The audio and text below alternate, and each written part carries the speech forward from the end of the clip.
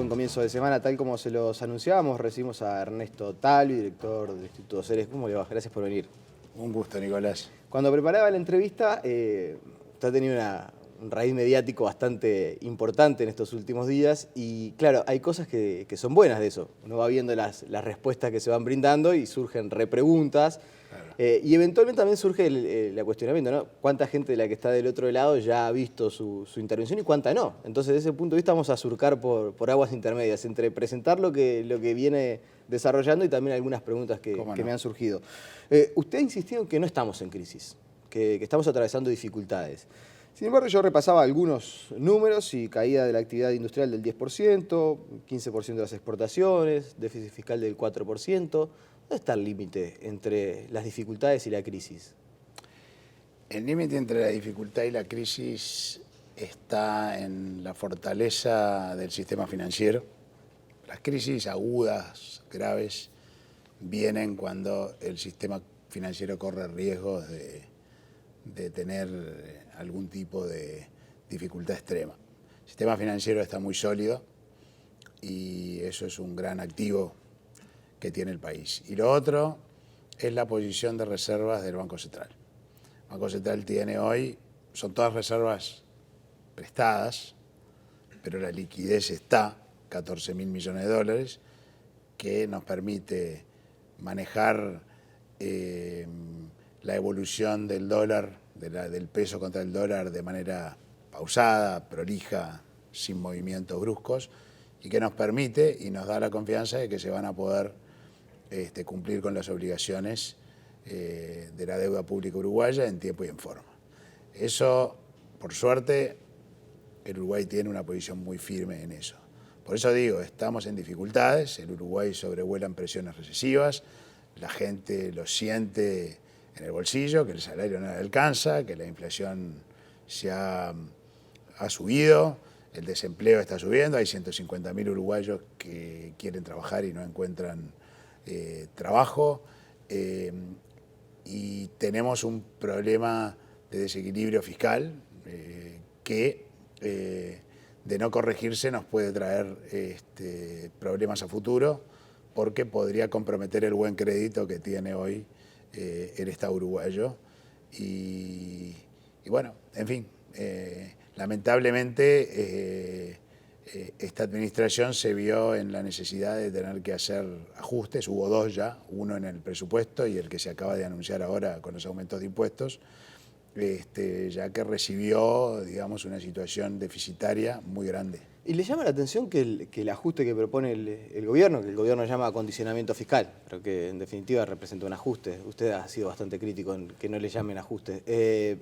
¿Le sorprende que sea para el año 2017?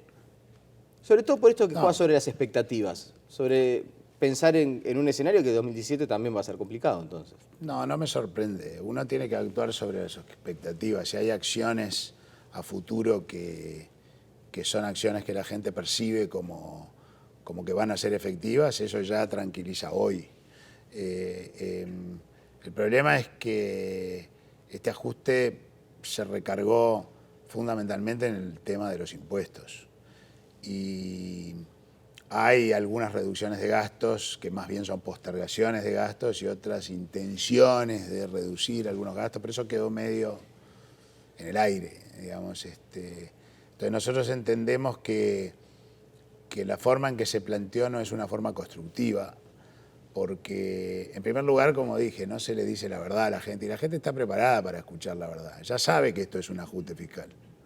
Y lo sabe no porque haya leído manuales de finanzas públicas, lo sabe porque lo siente.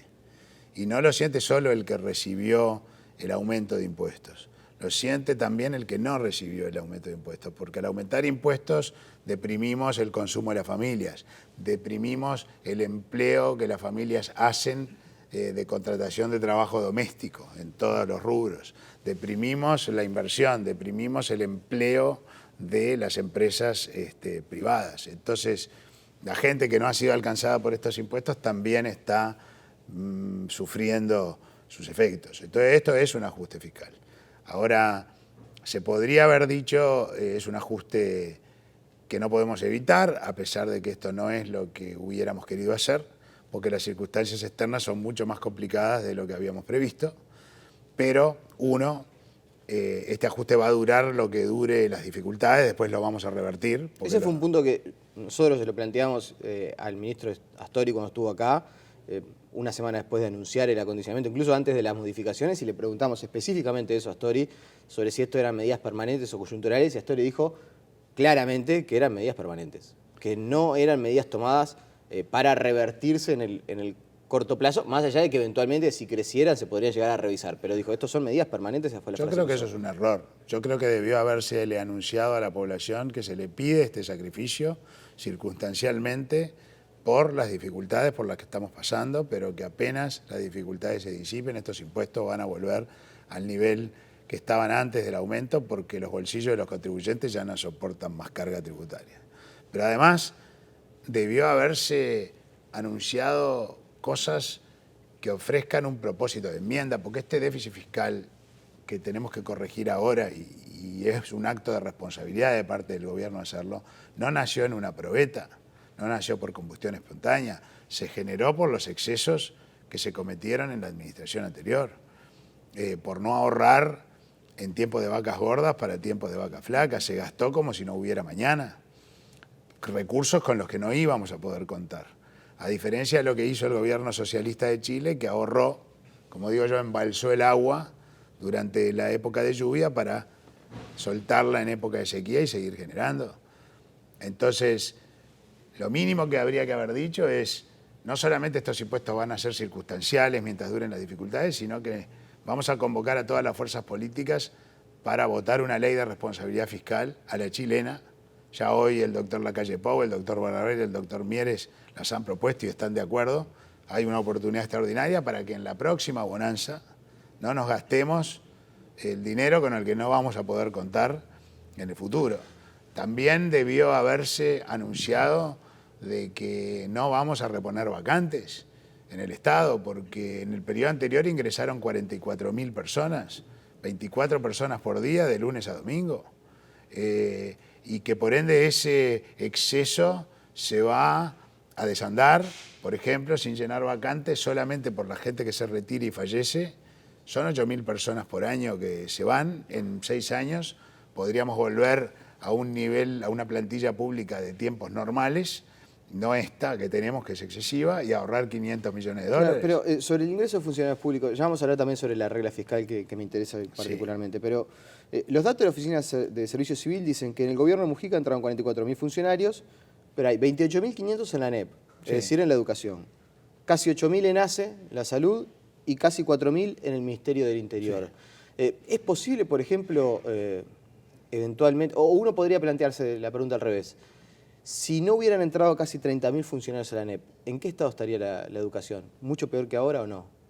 Mire, en los 10 años... Lo planteo como un interrogante, esto de decir, está bien, entraron 44.000, pero hay casi 40.000 que son para educación, legítima, salud y Nicolás, seguridad. A ver, los contribuyentes tenemos que juzgar este tipo de acciones en base a si tuvieron un efecto en la calidad de los servicios públicos que se prestan. El gasto en educación se duplicó y los resultados educativos han seguido empeorando. El gasto en seguridad se duplicó y las rapiñas se multiplicaron por 3 y los homicidios aumentaron 60% y las narcomafias se instalaron en el país. No digo que no se están haciendo esfuerzos, pero no estamos viendo resultados. La salud se multiplicó por 2,5 veces el gasto.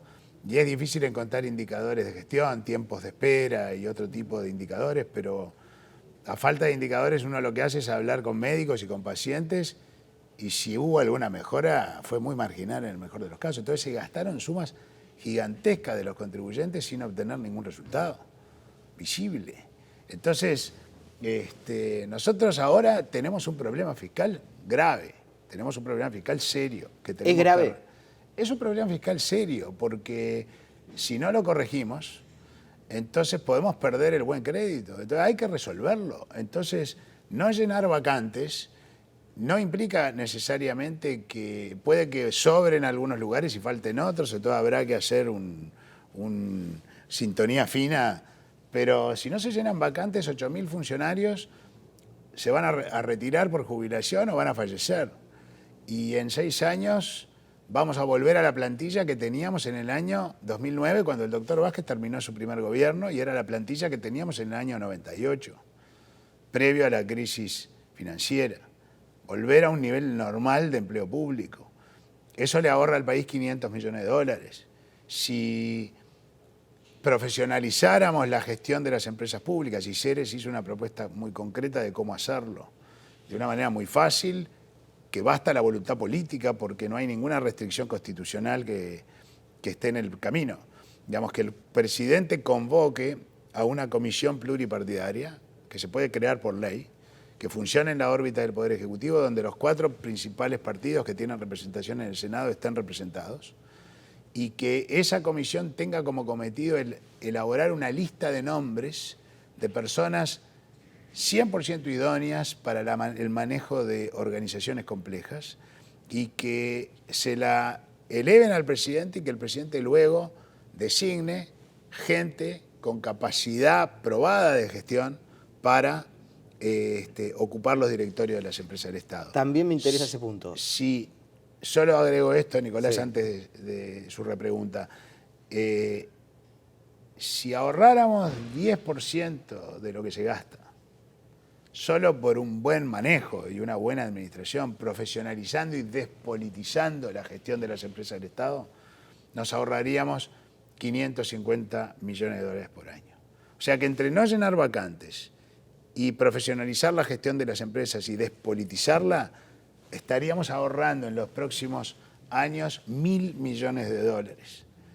Entonces, eso le ofrece al ciudadano una perspectiva. Le dice, miren, estamos en dificultades, le estamos pidiendo un sacrificio que vamos a pedirle solamente por el tiempo que duren las dificultades, pero yo también estoy mostrando un propósito de enmienda, eliminando los excesos que se cometieron en la administración anterior y profesionalizando como política de Estado y despolitizando, sacando de la órbita del manejo político, no de la responsabilidad política, pero sí del manejo y la gestión política a las empresas públicas.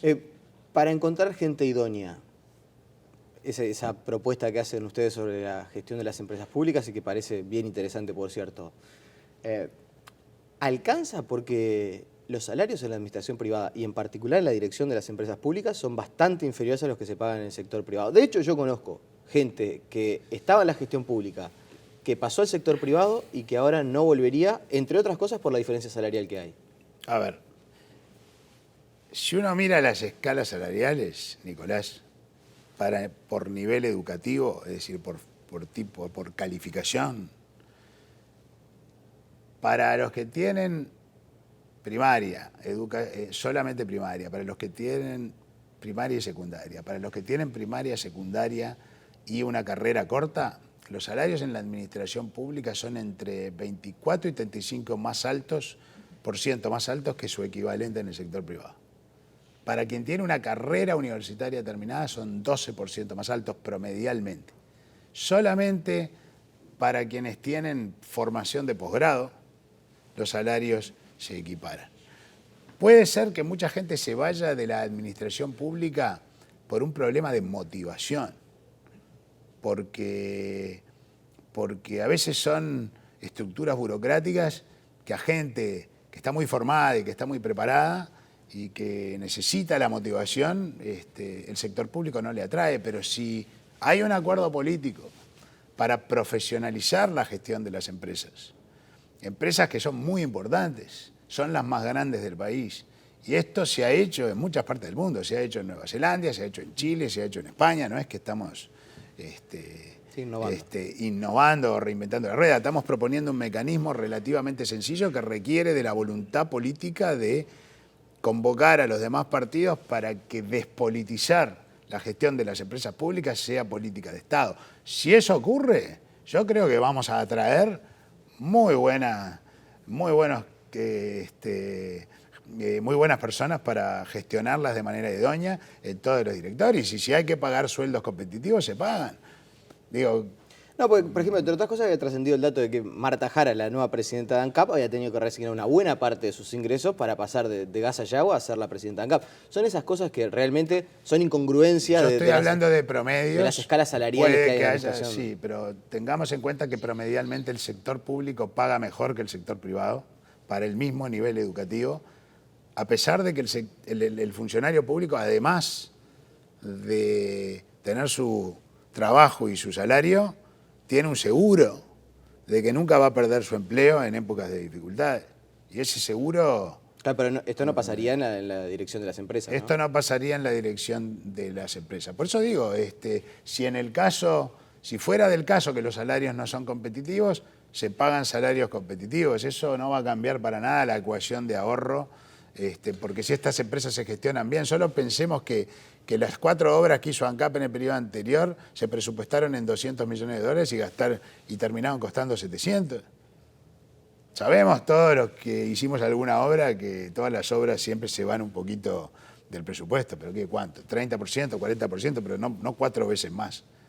Así que hay mucho paño para trabajar y quien trabajó en el Estado sabe que se pueden ahorrar estos recursos. Lo que nos están pidiendo desde el Ministerio de Economía, ¿es un esfuerzo moderado, como dice Astori? Ya hubo dos ajustes fiscales. El del presupuesto, que fue equivalente a $500 millones, pero que se hizo por suba de tarifas públicas, más allá de la evolución de sus costos, y por reducción de la inversión pública de las empresas, que se redujo 35% en el 2015. Algo que no se puede mantener porque las empresas tienen que renovar, tienen que su capacidad de producción, es decir, tienen que invertir. Pero circunstancialmente así es como se hizo el primer ajuste. Y ahora se hizo otro que vale otros $500 millones. O sea que ya vamos 2 ajustes de $500 millones. Un ajuste de $1.000 millones es un ajuste grande. Entonces no le digamos al ciudadano de que acá hubo un ajuste chico. Digamos que el gobierno, dada la situación que heredó, tuvo que hacer algo que era inevitable para mantener el buen crédito del Estado, pero por no haber ahorrado en el pasado, nos vimos ante la necesidad de hacer un ajuste fiscal, 2 ajustes fiscales, que hubieran sido absolutamente innecesarios si se hubieran hecho las cosas bien. Desde la restauración democrática tuvimos gobiernos colorados, blancos y del Frente Amplio. Y en mayor o menor medida, todos han tenido que recurrir al ajuste. Todos, atravesando dificultades, echaron mano a un ajuste fiscal. ¿Quién le pone cascabel al gato? ¿Quién logra que ante cada dificultad, vicisitud, turbulencia, llamémosle como sea, no se eche mano a los impuestos? El cascabel al gato lo tiene que poner, la iniciativa la tiene que tomar el gobierno de turno y el cascabel al gato se lo tiene que poner todo el sistema político. Tiene que ser política de Estado. Es tan fácil, Nicolás. Chile lo ha hecho. Los gobiernos socialistas de Chile se dieron así una ley de responsabilidad fiscal que implementaron y ejecutaron a la perfección.